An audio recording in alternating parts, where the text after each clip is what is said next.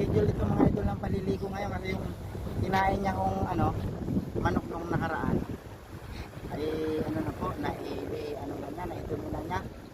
So ang ginawa ko po mga idol para malikuan siya ngayon, nilagyan ko po ng tape yung bibig niya na para hindi po siya makapangagat.